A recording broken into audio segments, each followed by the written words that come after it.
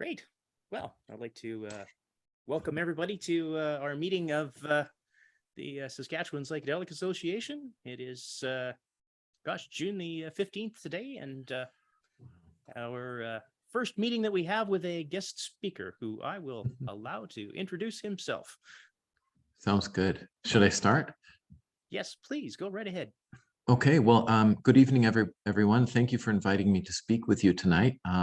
I guess what I'll be doing over the next half hour or so is sharing the results or the kind of a summary of the paper that myself and a few colleagues wrote, including Osiris, whom you know, Suzanne Brandt and Michelle Bronstein. Our work has been accepted for publication in the Anthropology of Consciousness. And I'm personally really excited about this because I don't know, I mean, I think we're, you know, all of us who wrote the paper, or at least, well, maybe I should just speak for myself. I'm kind of feeling like with the so-called psychedelic renaissance, where, you know, where Indigenous peoples and Indigenous culture is sort of being footnoted or endnoted somehow, and we're kind of hoping that the work that we've done will help to bring us back to, I guess, to a position of importance in this so-called renaissance, or recognition at least. So anyway, so that's sort of the rationale behind it, I guess you could say. Before I really get into the talk, I'd like to share bios of each of the co-authors mentioned a minute ago, and I'll start with myself. So my name is Keith Williams, and I'm the Director of Research and Social Innovation at First Nations Technical Institute, and we're a community-based Indigenous governed post-secondary education institution on Tyendinaga Mohawk territory in Ontario, here in Ontario. I'm Mohawk and Dutch on my father's side, and my research focuses on my interest in better understanding and reinscribing our relationship with the more than human, all our relations. So Osiris Gonzalez Romero, hold on, I've got a bio for him here. He's a postdoctoral fellow at the University of Saskatchewan with the project Cognitive Freedom and Psychedelic Humanities. He's also a founding member of Via Synapsis, an academic society focused on the organization of the University Congress on Psychoactive Substances, and that's been hosted since 2014 by the Faculty of Philosophy at the Universidad Nacional Autónoma de Mexico. Suzanne Brandt is a Mohawk grandmother, grandmother, and president of FNTI, First Nations Technical Institute. She has a strong commitment to the Haudenosaunee language, culture, and traditions. She's an accomplished visual artist and photographer who has exhibited her work at the Woodland Cultural Center in Brantford and Gallery 121 in Belleville, Ontario. She's a seasoned gardener and grower, specializing in Haudenosaunee traditional food systems and medicine plants. Suzanne and I relate on those levels quite a bit because I have a gardening problem. My name is Keith, and I have a gardening problem. Last but not least, Michelle Bronstein is a parent of an Australian Indigenous child, a proud Jadwa from Garryward. Michelle researches post-humanism and vibrant objects. She is currently working in policy research for a Royal Commission into the mistreatment of people with disability. And I should add one last thing about myself that I didn't add. I'm currently on the Queen's University Psychedelic Science Advisory Committee, and also the Oregon Psilocybin Advisory Board Products Subcommittee. So I'm contributing in those ways to this so-called Renaissance. So what I'd like to do now, actually, I should have done this a minute ago. I should share my screen with my presentation. Oh, host disabled participant sharing screen. We should have done, my apologies, Thomas, we should have figured this out before. Okay, let's try. Oh, there we go. Now, where is it? Okay.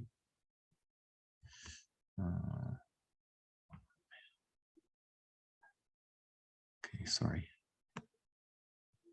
I have some great photos here. I don't know what's gonna, oh, there we go. Okay, can everybody see the cover slide or cover page? First slide, great. Okay, so I will move on to slide 2. Okay, so over the next 30 minutes or so, I'll go over these topics. I'll start with an introduction, talk a bit about the ontological turn, a bit about territory, relationality, language and land back, psychedelics, and decolonial futures, and finally, a few suggestions if there's time. Hopefully there will be. I don't know if you can see these photos or not. I probably should have included more plants. These are all fungi. This is a very young Psilocybe semilanceata, Psilocybe asticorum, and Psilocybe cerulipes. So all of these grow native in Ontario, Quebec, New Brunswick, Nova Scotia. Okay, so, oh, geez. Okay, so the Western world is experiencing a resurgence of interest in the therapeutic potential of psychedelics, in part due to a loosening of legal restrictions on clinical research with these compounds. Researchers, spiritual seekers, wellness enthusiasts, and recreational users source psychedelics primarily from plants and fungi, which have a long history of indigenous use. This increased research attention has resulted in some very significant findings related to the efficacy of psychedelics in addressing treatment-resistant depression and anxiety, as well as PTSD and addictions. These developments, along with the increased number of Westerners participating in, for example, ayahuasca tourism, and the nonfiction writings of journalist Michael Pollan, whose works lend an air of middle-class respectability to what was previously a taboo subject, have all contributed to the mainstream popularization of psychedelics. Numerous scholars and other writers have mobilized the term Renaissance to describe the resurgence of mainstream interest in psychedelics. A quick Google Scholar search, and this was a few months ago, and it'd probably be much higher now, yielded about 3,250 results for the search terms psychedelic Renaissance. While when I say we, I mean myself and my co-authors, while we appreciate the expansive connotations associated with this term, perhaps gesturing towards a flowering of learning across disciplines, much like the European Renaissance, which the psychedelic Renaissance invokes, we are concerned about the unexamined imperialist baggage that may accompany this particular endeavor. The European Renaissance did not simply coincide with the imperial expansionism associated with the Age of Exploration. In fact, the riches plundered from the so-called Third World and what are now the contemporary settler states of Canada, the United States, Mexico, New Zealand, and Australia. You could probably add South Africa, Botswana, I'm not sure where else, but lots of places. I should start again. The riches plundered from the so-called Third World and what are now the contemporary settler states of Canada, the US, Mexico, New Zealand, and Australia fueled the creativity, learning, and economic growth associated with the European Renaissance. By some estimates, the current market value of psilocybin alone is worth 1.5 billion, and that was Gerber et al. 2021, and they cited Woolley 2020. According to Yankowicz in 2021 from Forbes, psychedelic-assisted therapy to address treatment-resistant depression alone could yield an estimated 10 billion in annual sales. At this point, the valuation of psychedelics is contingent on legalization in many jurisdictions. Despite this, numerous companies and individuals are profiting from speculative benefits, speculative investments, with few, if any, benefits accruing to Indigenous peoples. In this way, we see the psychedelic Renaissance as reproducing the imperialism that fueled its eponym, the European Renaissance. This paper presents our perspective on the psychedelic Renaissance, drawing on Indigenous philosophy to offer an alternative approach to conceptualizing and equitably working with these sacred medicines and the Indigenous peoples who have stewarded them for hundreds of years, if not millennia. Okay, so I'd like to talk, this is a great picture. I'd like to talk very briefly about the ontological turn. It's a retroactively applied term that scholars in the social sciences and humanities use to describe diverse and often overlapping philosophical critiques of the absolutism of Western conceptions of reality. The ontological turn has been productively taken up in various fields such as anthropology, archaeology, education, and science and technology studies. Ethnographic work with Amazonian indigenous peoples in the 1980s and 1990s by Philip Descala and Eduardo Viveiros de Castro recognized radical alterities at the ontological level among the indigenous groups studied, which, bolstered by Deleuzian thought and Latour's actor network theory, led to the rich theoretical proliferation associated with the ontological turn. Some noteworthy developments include the notion that forests think, and that would be Eduardo Cohn in 2013, that rivers are persons, Hutchison 2014, and that plants are intelligent. And there's quite a few authors who've written about that. Mario Blazer in 2014 identified two primary manifestations of the ontological turn. He finds the first primarily in the geographic field and bases it on the profound implication of humans, non-humans, and non-living matter. And Thomas and I were talking, we had a great chat just before this meeting started about that very thing. Blazer finds the second manifestation emerging from ethnographic theory, and he recognizes multiple ontologies and therefore multiple realities, some of which feature a dynamic and animate world.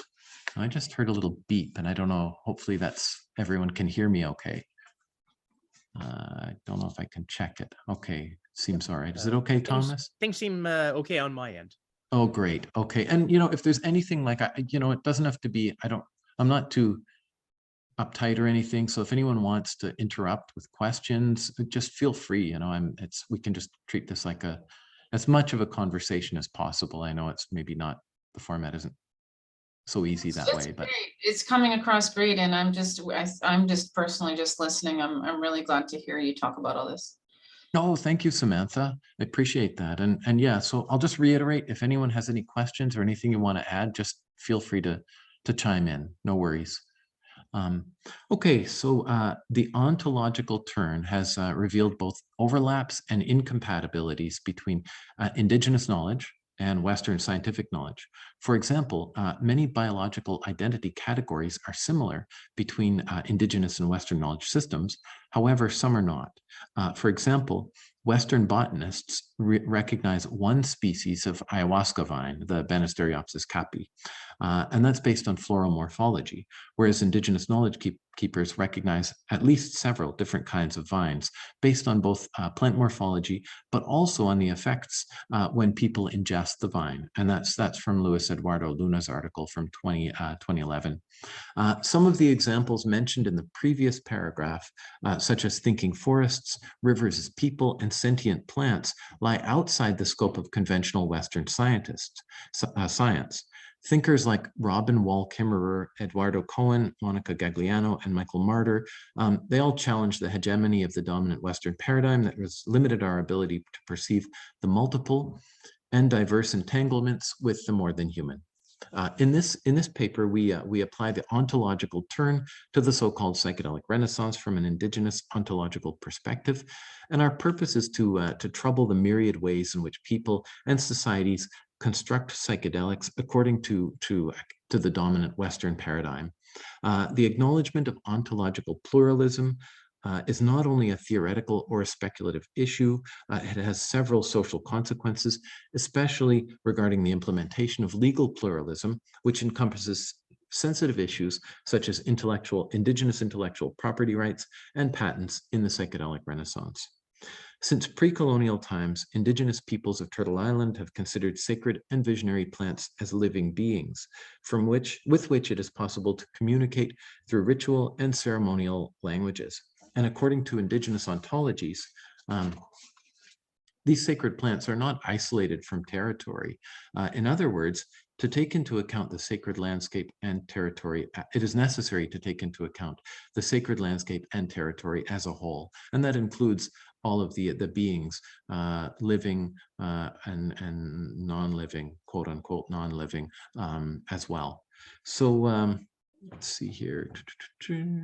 Okay, so Osage scholar Robert Warrior provocatively identifies topos, territory, or place as foundational to Indigenous ways of knowing, in contrast to logos, which is discourse or the word, which underpins Western philosophy. Oneida elder Bob Antone, as well as Vindaloria Jr. and Daniel Wildcat, further established the importance of territory to Indigenous thought in identifying place as the fulcrum around which human, living, and non-living elements relate to one another. Among the Western Apache, place anchors morally instructive traditional teachings, and that's Keith Basso's brilliant work from 1996. Sorry, I'm not going to be able to remember the name of his book. Wisdom Sits in Places. Highly recommended. If you have a chance to look at it, it's a brilliant piece of work, and he's sadly passed away. But it's worth reading. Related to Keith Basso's work, linguist Andrew Cowell describes how the Northern Arapaho recognize and mobilize more than human power from sacred landscapes. Cowell's work among the Northern Arapaho led to the understanding that, and this is a quotation, a person is sacred and powerful because that person literally has within them or has access to power derived either from the natural world or from ancestors, both of whom mediate the general more than human power of the Creator, which is immanent in the world. In the Haudenosaunee world, more than human power manifests as Gasat Stentra, which translates as strength or power. Bob Antone, the Oneida elder that I referred to earlier, describes Gasat Stentra as the power of the collective and the strength that comes from thought and action unified with all of creation and the cycles of life.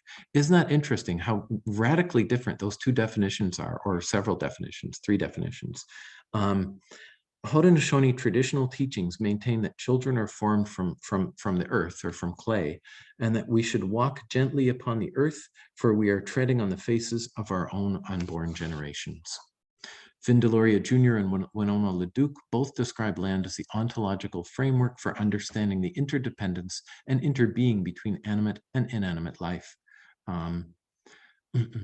Glenn Coulthard, a Dene scholar, sees land as identity, this is a quotation, land as identity as constitutive of who we are as a people, and land as relationship. I really love that land as relationship piece. The centrality of territory to Indigenous thought is also emphasized by Dan Longboat and Joe Sheridan in a fantastic paper that they wrote in 2006. I have to tell you, I've returned to this paper I don't know how many times, a dozen, and each time I find something new and brilliant. And if you have a chance, look it up. It's if you Google Sheridan and Longboat 2006 and Haudenosaunee imagination, you'll find it. It's a brilliant piece of work and a beautiful piece of writing. Okay, yeah, so they specify, Sheridan and Longboat, 2006, specify that imagination is not an abstract concept, but rather it emerges from and is inextricably connected to place. So it's very much an immanent philosophy. The place-based ontological immanence associated with Indigenous thought represents a profound challenge to the transcendence that seems to commonly frame the psychedelic experience in Western culture. The right to land is one issue that requires special attention because of its cultural implications, including recognizing the spiritual relationship between Indigenous communities and the land. However, Indigenous concepts of territory also recognize systems of land possession and ownership other than the prevailing hegemonic paradigm in consumer societies. Okay, so relationality is variously conceived of in ontological terms, as an epistemology and methodology, and as an ethical approach to existence. A relational ontology views creation as consisting of a network of reciprocal relationships in which the human, non-human, and non-living play an important role in maintaining the cosmic balance. For Cree scholar Margaret Kovach, Indigenous epistemologies are inherently based on self in relation and the interconnection between all entities, and those are quotations. Indigenous relational epistemologies inform the shape and the content of Indigenous methodologies particular to place. Recognizing the sentience and agency of the non-human is central to Indigenous notions of relationality. The Haudenosaunee recognize the three sisters, corn, beans, and squash, otherwise known as our sustainers, or Johekwa. In Mohawk as agentic, and having personality, as revealed by a number of traditional stories in which one or more of the three sisters figure as animate persons. A number of Pacific Northwest Indigenous peoples recognize plant and mushroom personhood. For example, the Tsimshian depict Devil's Club, Oplopanax horridus, as a beautiful young woman who teaches an unlucky hunter how to improve his success by using Devil's Club for purification purposes. And I won't get into it now, but there's a really rich and fascinating creation teaching among the Haida that figures a polypore, Ganoderma applanatum, probably Ganoderma applanatum, as a central character in the tale. So yeah, if you have a chance, that might be an interesting one. Well, we've written about it in the paper, so when it comes out, maybe Osiris will share it with everyone, or I could. That would be great. Okay, so Luis Eduardo Luna relates several stories about plant teachers from indigenous and mestizo peoples of the Amazon River Basin, such as those plants used to make the ayahuasca beverage, tobacco, several members of the Solanaceae and Apocynaceae, and many more. These plants teach the traditional healer how to diagnose and cure disease, how to use other medicinal plants, and how to perform specific divinatory and ceremonial activities. In Mexico, the nomenclature associated with psychoactive mushrooms in the genus Psilocybe suggest a recognition of their personhood. Psilocybe aztecorum, which I pictured on, I think, on the second slide here, is known in Nahuatl as Apipiltzin, which translates as rainwater child, according to Gaston Guzman. The Matlazincas refer to Psilocybe muliauricula and Psilocybe sanctorum as santitos in Spanish, or little saints. Nahua people in Puebla refer to Psilocybe mexicana and Psilocybe cerulescens as Teotlacuinanacatl. And my apologies if I've mispronounced that. I don't really speak any Nahuatl. That would be Osiris. So that translates as sacred mushroom that paints or describes. So a very agentic description. Also in the Nahua world, the land is considered to be literally alive. The people say that the soil is the earth's flesh, the stone its bones, and the water its blood. Maria Sabina, the curandera, who was Gordon Wasson's primary respondent, referred to the sacred mushrooms as niños santos, or the saint children. For the Huicharica, the Huichols of northern Mexico, Hikuri, or the peyote cactus, is one of a trinity of beings anchoring the ceremonial and material and spiritual well-being of the Huicharica. For the Huicharica, deer, maize, and Hikuri are one, and they are also one with Huicharica as well. And just a reminder, Huicharica those are the Huichol people. That's their name for themselves, and Wirikuta is their sacred place. So this dynamic relational entanglement also involves Wirikuta, the sacred desert where since time immemorial, ceremonial pilgrims have harvested the cactus. Sacred places such as Wirikuta, where Huicharica harvest Hikuri, are imbued with more than human power that the pilgrims can access. The place-based relational ontology implicit in these stories and names, as well as traditional views of plant agency, offer a profoundly alternative view of who counts as persons and reflects a very sophisticated understanding of the interdependence and, in some cases, an ontological indistinguishability between the elements of our natural world. That's some of our corn, our Mohawk white corn that I grew last year. It's really delicious. Tua scholar Gregory Kahiti explains that in Indigenous thought, intelligence and creativity are not the exclusive domains of humankind, but rather these qualities are in plants, animals, microorganisms, as well as the entities that Western science considers inanimate, such as mountains, rivers, and other places. According to Kahiti, and this is a quotation, everything in nature has something to teach humans, and that relationships and renewable alliances take the place of fixed laws.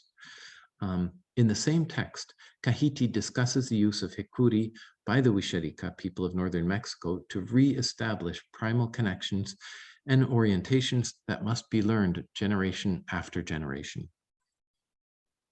These renewable alliances are with place, as well as with deer, maize, Hikuri, and the ancestors.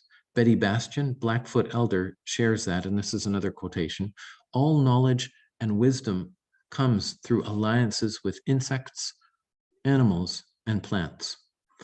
Cowell in 2018 extends this formulation based on his work with the Northern Arapaho to include land and ceremony. Cowell further suggests that more than human power derived from place and mediated by language is the basis of all social relationships. Keith Basso's work among the Western Apache, that was Wisdom Sits in Places, among the Western Apache offers illustrative examples of this land-language relationality nexus. Basso describes how language is indexed to place, and he refers to that as speaking with names, and that draws on place-based, morally instructive stories and the spirits of unseen Apache ancestors to support social cohesion. I don't know if anyone's heard of Henry Munn. He wrote, he was a fellow that lived in Huautla for, I don't know, many years, and wrote a really, an amazing essay. And it's in Michael Harner's book on, I don't know, shamanism and hallucinogens or something like that. Henry Munn wrote an underappreciated essay called The Mushrooms of Language. And that describes how Mazatec traditional healers, known as men and women of language, mobilize more than human power as part of their practice. Moon quotes a curandera, or medicine woman, who refers to the sacred psilocybe mushrooms as the doctor that is here in our earth, the plant that grows in this place. Moon draws on the words of another traditional healer who, and this is another quotation, who names the towns of his mountainous environment to call the landscape into being by language. The profound relationship between the bemushroomed curandera or curandero and the land is suggested by the following invocation, which is another quotation. I am he who speaks with the mountains, with the largest mountains, speaks with the mountains, says, speaks with the stones, says, speaks with the atmosphere, says, speaks with the spirit of the day. Mazatec shamans consume psychoactive mushrooms as part of their healing rituals to access more than human power inherent in the landscape, particularly mountains. Joe Sheridan and Dan Longboat in 2006 described land as having both mind and as being psychoactive. For the Haudenosaunee, our traditional territory possesses sentience, and this is another quotation, possesses sentience that is manifest in the consciousness of that territory, and that same consciousness is formalized in and as Haudenosaunee consciousness. Of course, other beings manifest that consciousness in their literature of tracks, chirrups, and loon calls. The Haudenosaunee achieve congruence between mind and territory by recognizing and honoring all of our relations, such as the medicine plants, the waters, the three sisters, and the land herself. In the same paper, Sheridan and Longboat draw on a Haudenosaunee prophecy to eloquently describe the existential risks associated with humanity's estrangement with territory. This is a block quote. When the animistic possibilities of human thought exiled themselves within profligate farm acreages, the capacity to think with the aid of spiritual animal powers increasingly became dormant, while the animals began to spend more time watching us than we did watching them. Among the Haudenosaunee, especially, this is a dark period, for it marks an era that prophecy explains by warning that forgetting the animals leads to the animals forgetting about us. This is what it means to be unguided by and disconnected by this continent, the settler's condition. And there's another, and I know Dan quite well, and there's, I don't know if I'm going to remember this exactly, but we talked about this, and he said something like, yeah, and basically, you know, when we forget about the animals, they forget us, and then life is, as we know it, is impossible. While it is explicitly, that quote is explicitly about animals and humans, we can extend this Haudenosaunee prophecy to all of our relations, including the sacred plant medicines. The only way to achieve an authentic continental citizenship here on Turtle Island or anywhere else on Mother Earth is by engaging with the personhood through more than human power of all our relations, including sacred plant and fungal medicines. One need not even actively imbibe psychedelic plants, compounds, or fungi to be aware of their more than human vibrancies and agentic potentialities or possibilities. The psychogenic trip, or more colloquially, the contact high, goes a long way to explaining the imminence of plants interacting with human and animal nervous systems.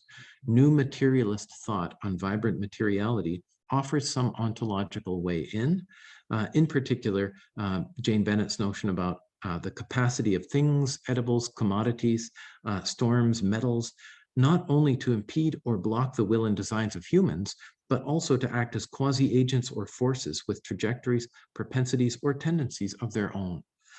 The extraction of knowledge from transcendent realms accessed by vegetal chariot is beside the point, when far more holistic and respectful plant-human relations are possible. Okay. The Catholic Church's doctrine of discovery decreed that colonialists could take over any terra nullius, or land where no Christians lived, and subjugate its occupants. The doctrine of discovery granted the Church comprehensive jurisdiction over Indigenous lands and lives, and laid the foundation for centuries of genocide, starting with Columbus's conquest of Hispaniola, which is present-day Haiti and the Dominican Republic, and then Mexico, followed by the rest of the Americas. Colonizers also used this doctrine of discovery to justify the colonization of Australia and New Zealand and the subjugation of its peoples. In fact, it is not just a historical decree, as Justice Ruth Bader Ginsburg cited it in 2005 against tribal sovereignty for the Oneida Nation in upstate New York. I think it had been 150 years or 100 years since they were displaced from their homelands, and they were sent to Wisconsin, banished to Wisconsin, and so yeah, I mean, so it's, I mean, if we think that this is ancient history, it still reverberates today. So governmental jurisdiction over Indigenous lands has also led to numerous examples of colonial extractivism of hydroelectric energy, mineral, timbers, and petrochemicals that disregards Indigenous rights.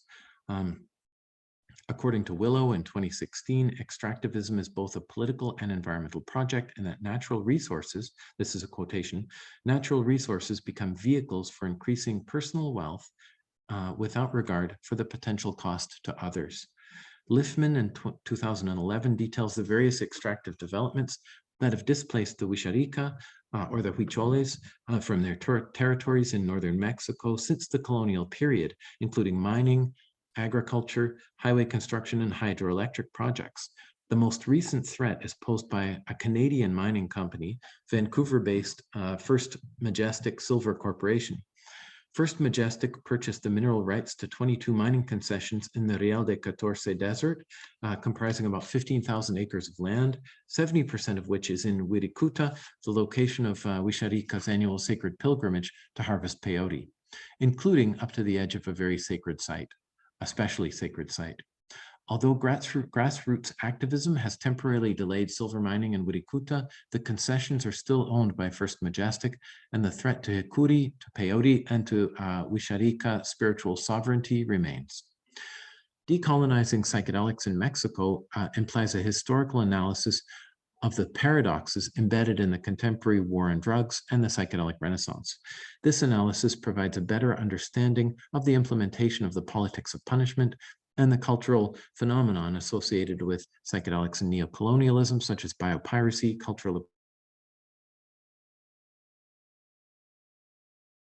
such as Dev, Fauteux, and Falcon called for decolonizing psychedelics. For Fauteux, this means, and this is another quotation, allowing multiple perspectives to coexist and contribute equally to our efforts going forward. Falcon proposes that psychedelics can help to decolonize our consciousness to shift away from harmful and entrenched Western epistemes. Laura Dev recommends the use of Indigenous methodologies and multi-species ethnographic approaches in psychedelics research. While these ideas are all very worthy of attention, we follow Tuck and Yang in 2012 to advocate for a focus on the material dimensions of coloniality. Settlers and other allies in the psychedelic sphere must leverage their privilege to support the return of stolen Indigenous lands. As discussed earlier in this article, land is the source of Indigenous philosophy and identity.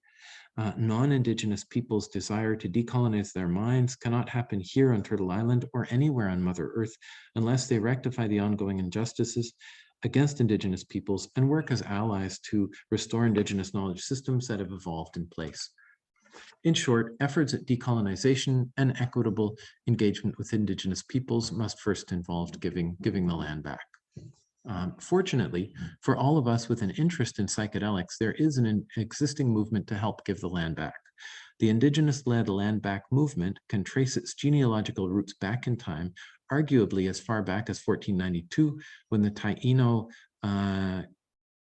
chiefs organized to fight Columbus and his conquistadors.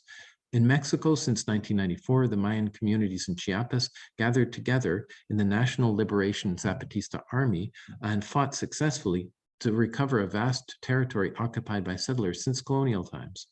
Since then, they have organized self-government and autonomy in their territories.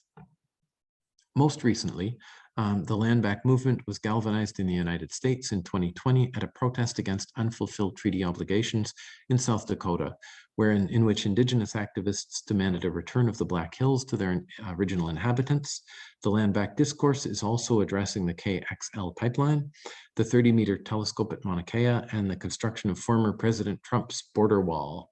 As Mohawk scholar Diage Alfred points out, and this is another quotation, reconciliation that rearranges political orders, reforms legalities, and promotes economics is still colonial unless and until it centers our Indigenous relationship to the land.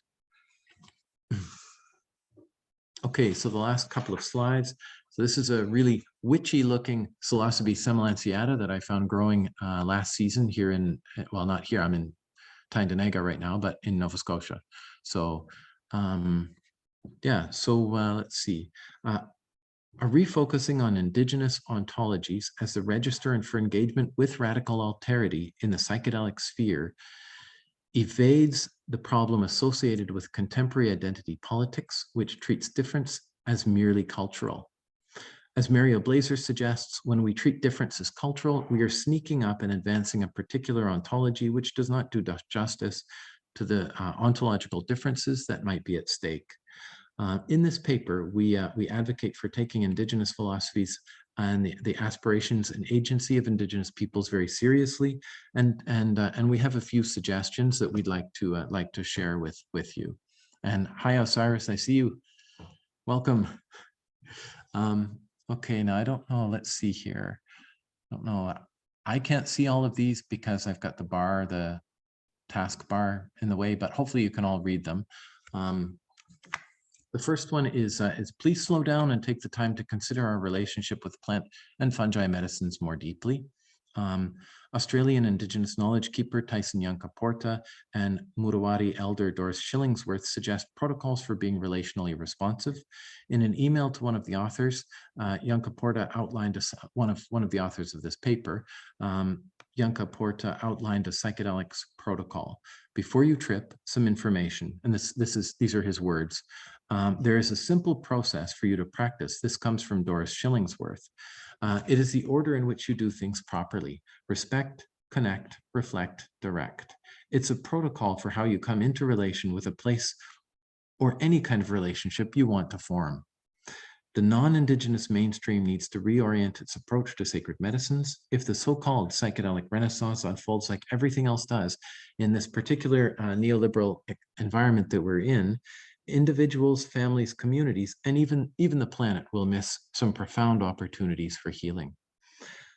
We suggest that those involved in psychedelic work take the time to consider and reorient their relationships with these beings, the sacred medicines that offer us so much.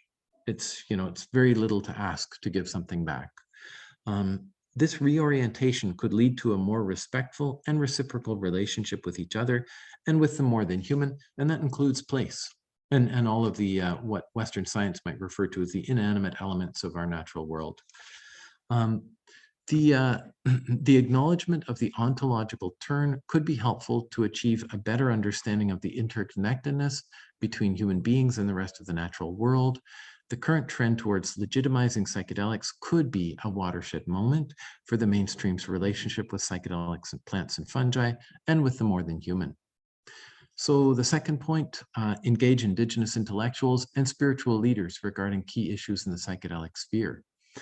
From our experience, each Indigenous nation or confederacy has land-based intellectuals and spiritual leaders. These folks are not necessarily university academics, although they might be.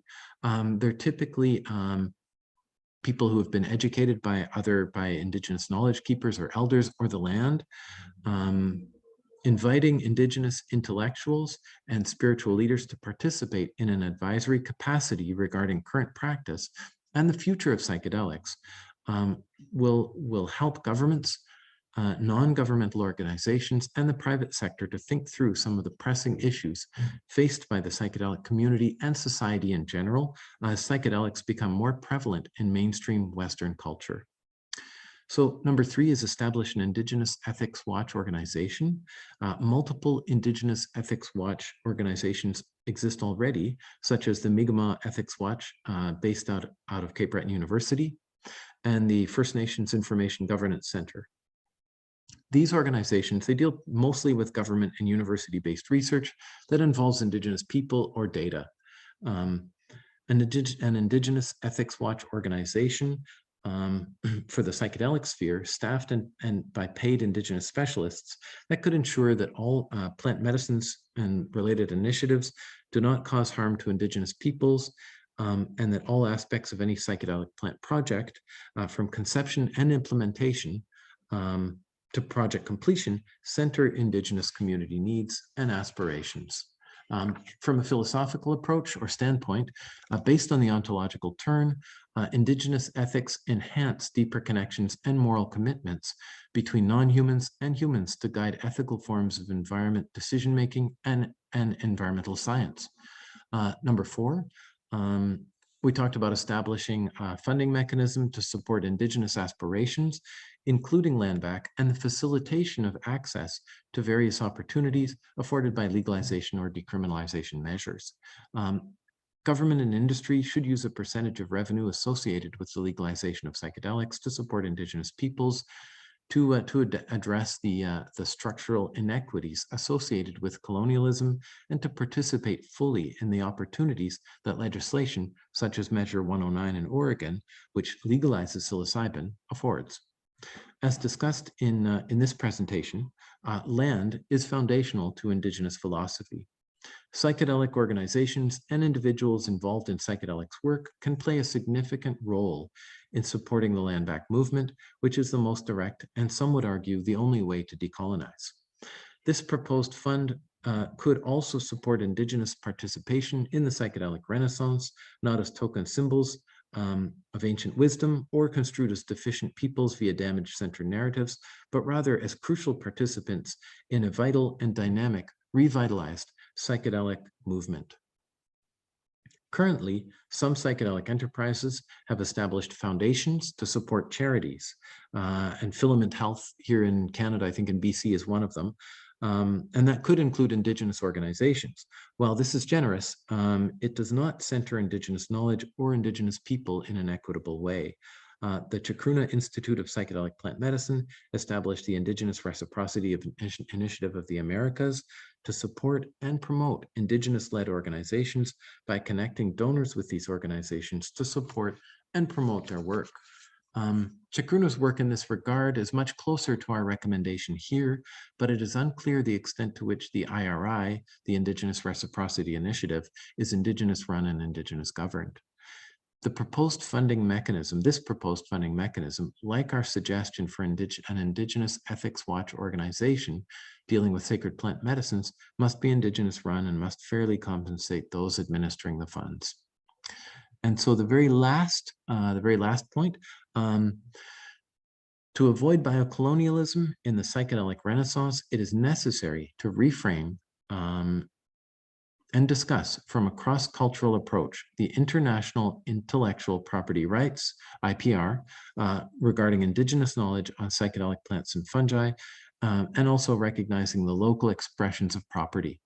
For-profit pharmaceutical companies can also provide medical supplies for Indigenous peoples, fund and support education programs for the communities, and share the profits of successful health treatments approved for commercial purposes. Legal pluralism is crucial to achieving fair agreements that go beyond the Western legal conceptual framework. One example is the establishment of special courts that would consider Indigenous claims on their own terms.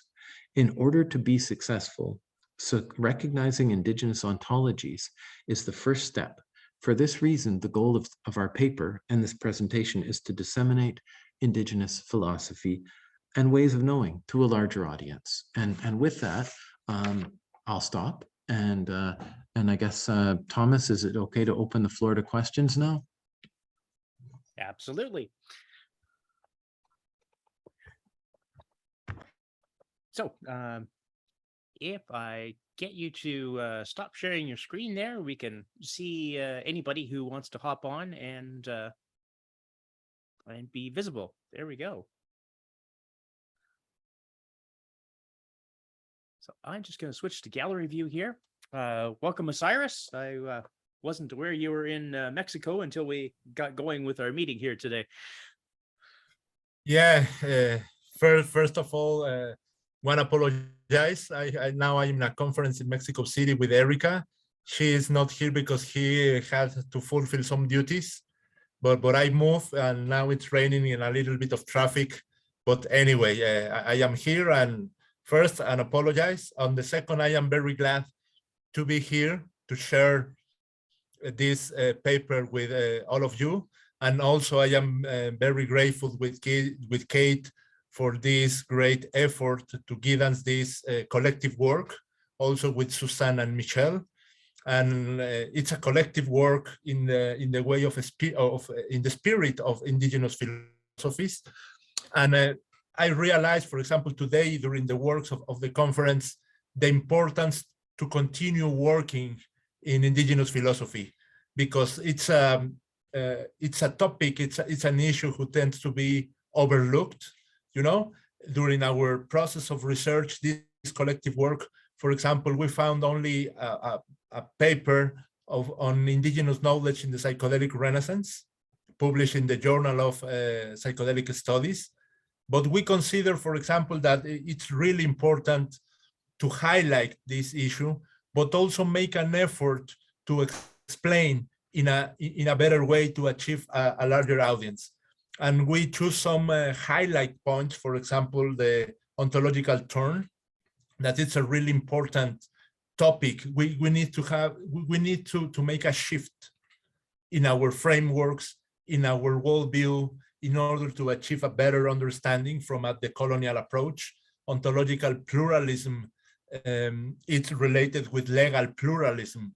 And if we hope to develop or to implement better public policies, it's necessary, for example, to recognize this ontological pluralism. It's not only an erudite or a scholar issue, it's related with some concrete and practical topics. Also, another key topic or another key issue is the territory. And I'm very glad, for example, that highlight the fact that in Indigenous ontology, in Indigenous philosophy, the territory is the ground, it's the starting point. On the other hand, in Western philosophy, the starting point is the logos. No one is better than other, but it's very common to overlook this idea of territory, you know, the material, the concrete aspect, the concrete ground of Indigenous philosophy. And I guess that this was a brilliant contribution of Kate and Suzanne to point out this idea of the topos. You know, it's a starting point to develop this ontological turn. And also the language, as Kate mentioned, this article of Moon regarding the language of the sacred mushrooms, and also the wisdom of Maria Sabina. For example, Maria Sabina in the book written by the Mazatec journalist Álvaro Estrada, which is a wonderful piece. Maria Sabina stated that I cured with the language and realized the power, the healing power of the words. It's also an important contribution of Indigenous philosophy, and we have to be aware of the words that we are using, the prayers, the chants, the poetry, and all these issues that are involved. Also, the wisdom is related with language. And also a very sensitive topic, not only in North America, but also in Mexico, in South America, it's the land back. You know, the land back, if we take into account seriously the ontological term, we have to reflect about it. And of course, it's a very sensitive topic, but a very fruitful to reflect critically about land ownership, because also is useful to contest the capitalism, you know, one of the grounds of capitalism. Capitalism is also founded in contradictions, as every system, you know, and the main contradiction is between the city, the metropole, and the county, and the rural areas.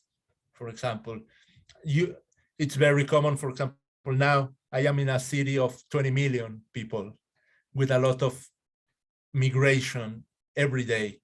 And the first contradiction, for example, it's we tend to appreciate more the metropole, the city, than the rural or the county areas. And this contradiction, it's really important to address it in order to think about the land back and how it's possible to achieve a social justice or a psychedelic justice, to coin a term, but not isolated of this sensitive issue, because the relationality, it's part of this ontology. For example, the need to develop a special legal framework, the United Nations Declaration of Rights of Indigenous Peoples, in spite of the fact that it's a bureaucratic or an institutional process, is based on the idea that the indigenous people has a spiritual relationship with the earth. And recognize this spiritual relationship with the earth, it's a key point in order to understand this relationality, this interconnectedness, and then indigenous ontology. And to close with this idea, of course, the land is the foundational ground to indigenous philosophy. Anyway, all this useful, for example, to develop a cross-cultural approach. For example, we are facing a gap. Let me give you a couple of examples. In psychiatry, transcultural or a cross-cultural psychiatry, it's not plenty developed yet. And I consider that this kind of works on concepts and these frameworks will be useful to display a cross-cultural psychiatry, and moreover, a cross-cultural democracy. Cross-cultural democracy, it's a need in North America, in Mexico, in Europe, and the psychedelic sphere provides us a good opportunity to reflect about the cross-cultural perspective in the psychedelic sphere due to the ancestral knowledge of indigenous people. Even I am not against science, but for example, they are not discovering anything. They are using the substance in another way, which will be respectable. Of course, there are abuses and so on, but also they have great contributions. But on the other side, it's useful to avoid this idea of discovery, you know, and recognize this indigenous knowledge and develop cross-cultural approaches. And a cross-cultural democracy, it's a very big issue, and the psychedelic spheres provide us a good opportunity to train our cross-cultural skills, our cross-cultural ability. And also, we finished this paper with some suggestions that there are hypotheses. There are no the truth or the whole truth. There are suggestions, there are hypotheses in order to moving forward. And I want to highlight some of them only. The international intellectual property rights, you know, and the legal pluralism. Of course, legal pluralism is related with ontological pluralism and with this cross-cultural approach. legal pluralism must be one of the grounds of the cross-cultural democracy. And I consider that, or in the paper, we consider that the psychedelic revival, the psychedelic renaissance, could represent an open door to reflect, to address this issue. Also, paradoxically, some approaches of the psychedelic renaissance are controversial. For example, especially those regarding with conservative libertarianism, or for example, some approach developed by another philosophers like Peter Thiel. Peter Thiel is very well known as one of the founders of PayPal and another company supported by the CIA. He's a philosopher from Stanford. And I guess that our duty is to develop a counterweight to this other philosophical approach based on conservative libertarianism. And I guess that indigenous philosophy. Yes, Jordan Peterson and Elon Musk and Peter Thiel are backing some of these psychedelic companies, and they are in their own rights. But in order to avoid a naive perspective or to represent a counterweight, indigenous philosophy represent an alternative to think this issue from a different perspective. And I am very glad to share with you, and hopefully you enjoy it as all of us doing this job. And also it will be nice to have your support to disseminate this work. And thank you very much for your time and your ears to listen this issue. Did you give me a copy of this article, or was it published yet? Or can you send it to us, or a link to it?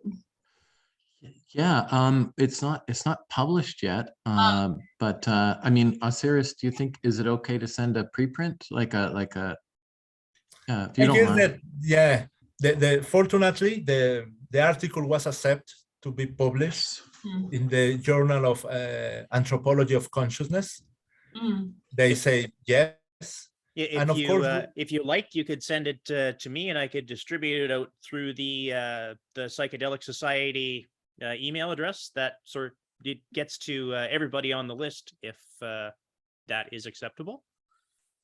Sure, that's fine with me. What do you think, Osiris? For me, it's fine. Also, Okay. this is the idea. We can share this paper, this research. This is the idea. Of course, we are glad that the journal accepts, but also the mouth to mouth, dissemination. Also, it's really important and very effective. And we will be glad to share this with you. Yeah, thank you for asking. And I just want to echo Osiris's point. Thank you everyone for inviting us to present this work, and also for listening. I know we're almost out of time, but could I ask a real quick question? Sure. You Huh? did ask a question at the beginning. Is it that one? It was the same question I asked at the end, just a practical question about access to the article. Yeah, but I was wondering about when you're using the term, how did you say it? Something about ontology. Okay, so like an ontological term, or like referencing ontology. Is that a way that you've kind of like developed in order to explain or verbalize or describe like the larger considerations that are like you were saying that, sorry, I'm just forming this as I'm thinking out loud, but it's like you're saying that differences are more than cultural. Yes. And that's going to be like a foreign concept to a lot of people, because a lot of people in the West are just beginning to look at cultural differences, right, as valid. And so when you're expanding beyond that idea, are you using that term in order to describe the particular values of indigenous culture that are not that are maybe shared among Indigenous culture? Or I'm just wondering what the connection of that term is to your statement that differences are more than cultural, because it seemed linked, but I wasn't sure. Oh, okay. how You you mean were the conceiving of that. Yeah. you mean the term the ontological turn? Yeah, is that somehow linked Yeah. to your description of differences as more Yeah. than cultural? Yeah, well, I mean, I think the idea, and feel free to jump in, Osiris, if you know, if I mix it up. But my thought on that is that you know, really like this idea that differences are more than cultural. I mean, I think it's probably coming from people like Mario Blazer and others. And I guess what we're trying to do here is we're trying to say, actually, you know, like there is a whole other world out there, multiple worlds, and those, you know, those could be described as ontologies. So the ontological turn, I think, is providing us with a kind of a track or a route to be able to introduce these very radically different notions of existence or experiences of existence and being. I don't know if that answered the question or Oh not. yeah, I'm just trying to see how you're using the term, and that does kind of help me to understand Yeah. that. Because for me, like culture is deep enough to include ontology or Oh. cosmology or what have you. Okay. But Yeah. yeah. Well, also, for example, all these terms are related with there are cross-cultural bridges. Mm-hmm. No, in order, because we have to recognize that it's not possible to translate or to understand everything. You know, there are a space of the uncommensurable. You know, Yes. and our duty as our researchers, for example, is to try to build these bridges of understanding using different tools. On the other hand, to colonization, the lack of recognition of indigenous philosophy also implies the lack of recognition of key areas of philosophy. The ontology is one of the areas of philosophy, and we use deliberately this term in order to achieve this full recognition, because it seems like only German white male philosophers of 19th century develop ontology. For example, Heidegger, all the stuff of Heidegger, Hegel, Kant, and so on. And it's an attempt to build these cultural bridges. Another example, it's art or philosophy, because, for example, inside the academias, they deny the indigenous philosophy because they say it's religion, right? Or superstition. Or superstition. Yeah, it's religion, there's superstition, and so on. No, indigenous peoples doesn't have philosophy. Indigenous peoples doesn't have science, you know, and it's a way to build these bridges, but recognizing that there are hypotheses. No, there are ways to communicate, to establish communication between different worldviews. Yeah. One of the key features of the ontology and the philosophy is to provide human beings with a worldview, and then we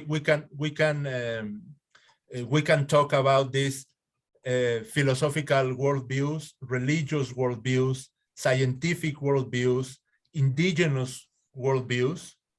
You know, because this is the role of philosophy. Even inside the indigenous worldview, it's not the same the Nahuatl worldview than the mystic worldview. There are a lot of nuances, you know. Yeah, I totally, yeah, thank you. That clarified that for me. I was just wondering how. And that are beyond culture, for example, even inside the indigenous, you know, people. Okay, so beyond cultural. Okay. Well, because I think the risk, and this is what Mario Blazer points out in his brilliant article, the risk is that if we assume everything is cultural, then, all the difference is cultural, then it's like, there's all kinds of ideologies and assumptions that tag along with that notion, and most of them are Western. And so in a way, it's like colonizing, these knowledge systems by calling them all cultural. I understand what you're saying, and maybe it's because, like, I'm a cultural psychologist, right? So maybe Okay. my view of culture is different than Okay. most. Okay. Yeah. Yeah. I see culture as encompassing ontology. I see it as encompassing cosmology. And I'm wondering now if maybe that view of it is somehow limiting in a way that I hadn't perceived. I think Yeah, it's possible. Why don't, if you want to send me an email, I can send you that Blazer article when I get home in another week. yeah. Oh, okay, that'd be great. Yeah. Also, for example, the proposal of Philippe Descola, Yes. he challenged, for example, the split between nature and culture, for example, and the term that he used to solve its ontology, and he recognized 4 different types of ontology: naturalism, analogism, animism, and totemism. Of course, we can challenge, and it will be controversial, but the key point, for example, is to challenge this idea of the split, of the division between nature and culture, Right. in order to achieve a holistic approach. Also, it's possible to challenge the split between body and mind. For example, that is a Cartesian Definitely. concept, Yeah. and now it's at the core of the neuroscience, Yeah. and the psychopharmacology, perhaps unconsciously, but Well, this, that's the fundament of the Western colonial Yeah. mindset is Cartesian. yeah. And you as a psychologist, for example, are more familiar sometimes with this, split between some orthodox from orthodox perspective of mind and body. No? Yeah, like we're trying to remedy that with like somatic psychology and stuff. Mm. Yeah. Yeah. That's it. That's the way. But will we ever remedy that split if it's so deeply embedded in our culture, in Western, or I should say in Western culture?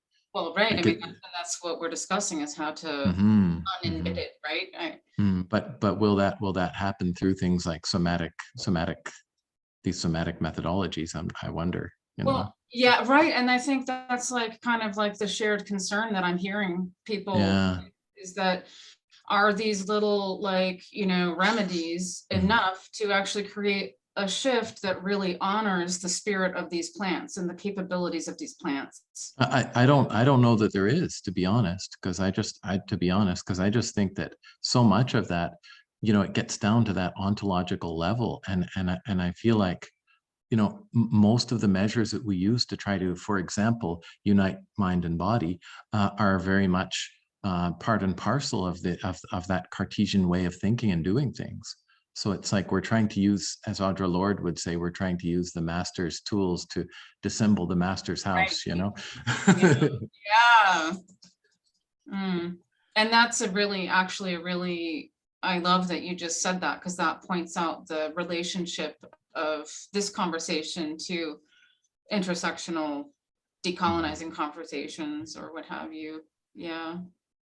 Right. Yeah. And it is linked. I see that. I think, the psychedelic space, so-called psychedelic space, is very much a, colonial space, I would say, at this time. I think it's pretty amazing that we're even sitting here having this conversation on one level, or in regards to the fact that we're talking openly about psychedelics, which is, marvelous.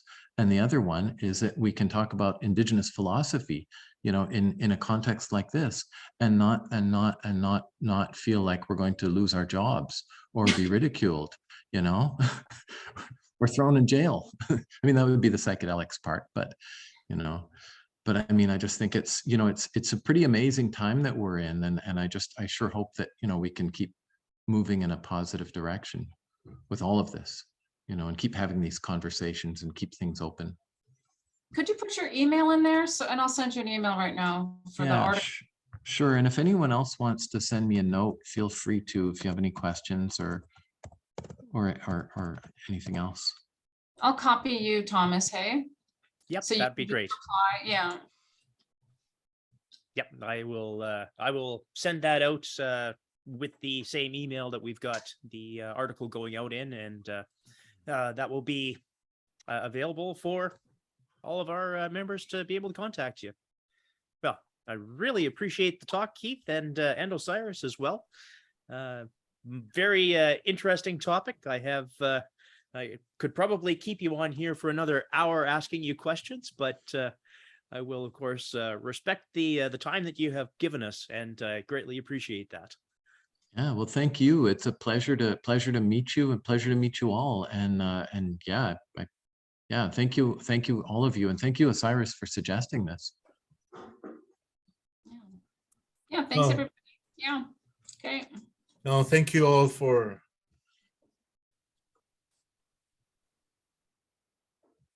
You froze. Osiris froze. has froze on us. Oh, darn.